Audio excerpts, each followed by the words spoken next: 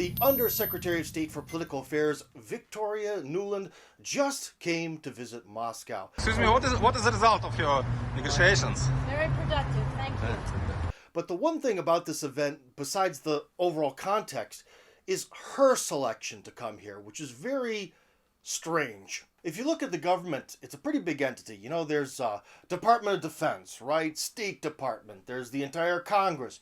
There's a vast amount of people within the government, the overwhelming majority of which kind of remain anonymous. You know, if we think there's 100 senators in America, well, we try to think of a senator. The first person who pops to mind is John McCain, who's no longer with us. So in a lot of ways, there's a certain level of anonymity, even closer to the top of the chain of power, which makes it even more strange that they would choose to send Victoria Nuland to Russia. If we remember back to the Maidan Revolution, Nuland became infamous within Russia for handing out cookies to protesters to show support. There's something about it was almost like when the settlers in America offered beans to the natives in trade for their land. Something about those cookies being offered something so trite, so cheap, in order to essentially give away their country to the West that really stuck with Russians. And so it made her kind of a household name. You're not going to find many State Department employees that the average Russian knows by face and by name, but she's one of them. Also, her famous phone call that involved basically the F the EU phone call, as it's called. When you're a high-ranking official talking about diplomatic efforts in Ukraine, the last thing you want to do is drop your guard. So that would be great, I think, to help glue this thing and have the UN help glue it and, you know, the EU. Although the mainstream media, of course, reported that it was awful that she told her allies in the European Union, you know, to go F themselves.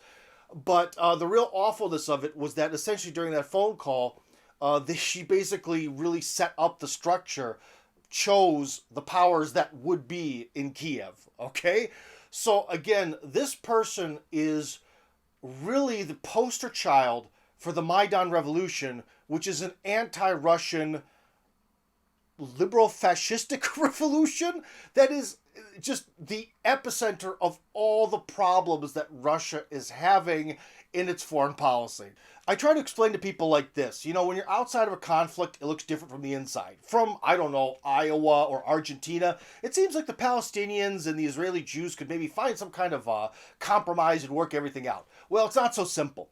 Especially when the overall concept is it's the Holy Land, it's sacred. And in a lot of ways, that's what's happening in the Ukraine. The Ukraine is sacred territory for the Russians. It is an inherent and inalienable part of Russia. And Victoria Nuland is the most famous person responsible for taking it away. So that just makes the choice to send her to Moscow strange.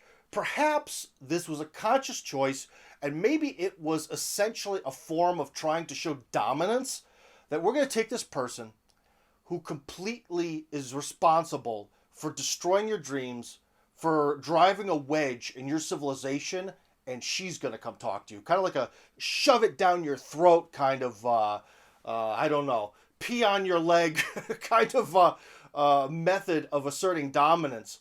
Perhaps that's it.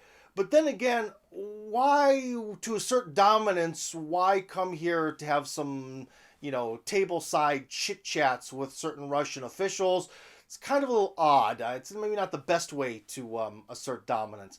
Perhaps the meaning is something else. Perhaps maybe the tables have turned in Ukraine, and they wanted this very symbolic person to come in and represent the tables turning. Which means that it's probably never coming back home, regardless of what happens with these agreements. So, obviously Nuland and probably many people who have her worldview towards the role of America and Russia in the world would really, really like the Donbass to die out. But I don't think she's going to be able to renegotiate the Minsk agreements, especially on terms that are extremely unfavorable to the Donbass and to Russia. Because it's already too late. The Russians have been handing out citizenship in the Donbass region like candy. It's over.